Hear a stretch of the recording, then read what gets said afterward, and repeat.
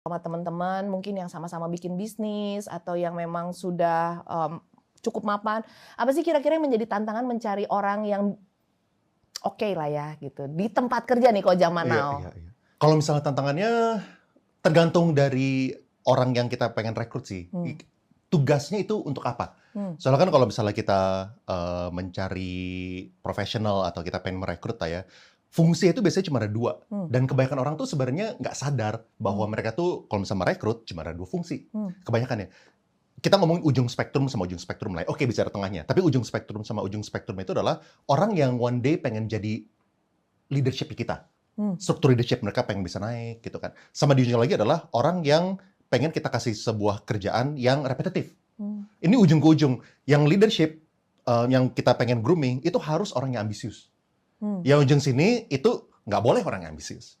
Nah, kita harus clear dulu nih, kita pengen cari yang mana. Mmm. Soalnya kalau misalnya kita salah masukin orang, itu udah pasti hasilnya nggak bagus gitu. Contoh, kalau misalnya pekerjaan ini misalnya CS gitu misalnya, atau nggak admin gitu misalnya.